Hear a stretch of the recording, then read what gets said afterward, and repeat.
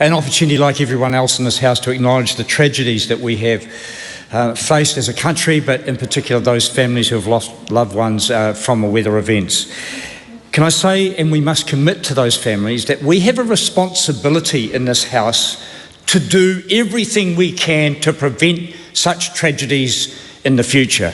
Madam Speaker, we learned as a government post-Cyclone Gabrielle, we knew that there was a need for a national resilience plan, and we committed $6 billion to that plan.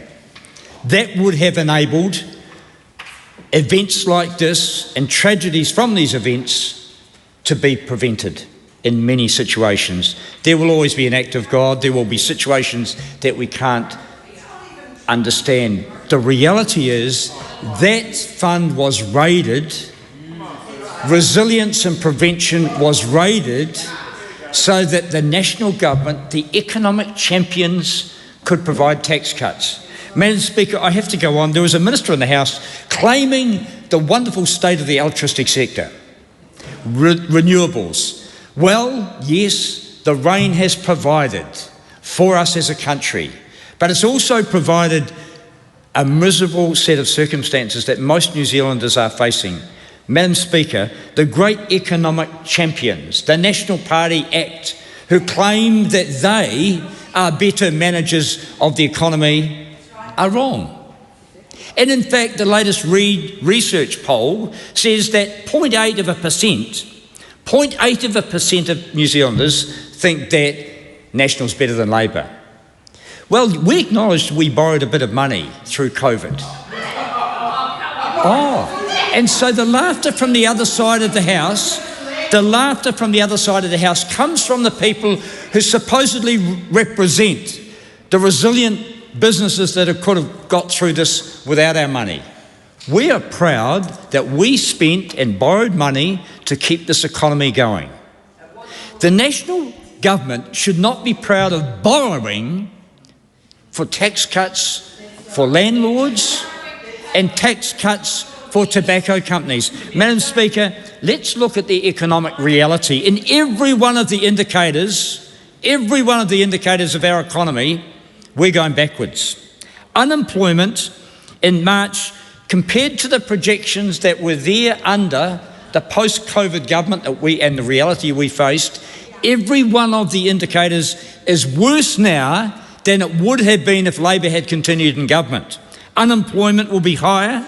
The debt to GDP ratio will be higher under this government. Madam Speaker, GDP growth will be lower than had we kept a Labor government in place, Madam Speaker, and inflation will be higher.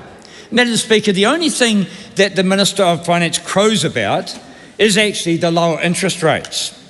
Well, if you come into government and you strangle the economy and it's stumbling along the bottom, then the only thing that the Reserve Bank can do and the Governor can do is lower interest rates. And they've kept lowering and lowering and lowering and hoping that the economy will turn around. We hear promises of a U-turn. Madam Speaker, the bottom line is that people who need jobs get low-paid part-time jobs, and we want to ensure that they have high-paid, secure jobs. Those people who want health care can't get in the door, and the National Coalition Government promises more private hospitals. We don't think more private hospitals equates to better health care. We say that better access to GP services. That's why we're promising 3 free visits. Madam Speaker, homes are more than houses. And the government is trying to claim that more houses are being built, but I'd suggest to them that no more homes are being created, because the requirements that we put on landlords to have better standards of housing, the requirements that we put in place to ensure a high quality of housing have been removed by a government that is desperate to get things moving. Madam Speaker, we're looking forward to a change of government at the end of this year and protecting New Zealanders, giving them better, more secure jobs, ensuring they get access to proper health care, and ensuring that the houses that are being built become homes that are secure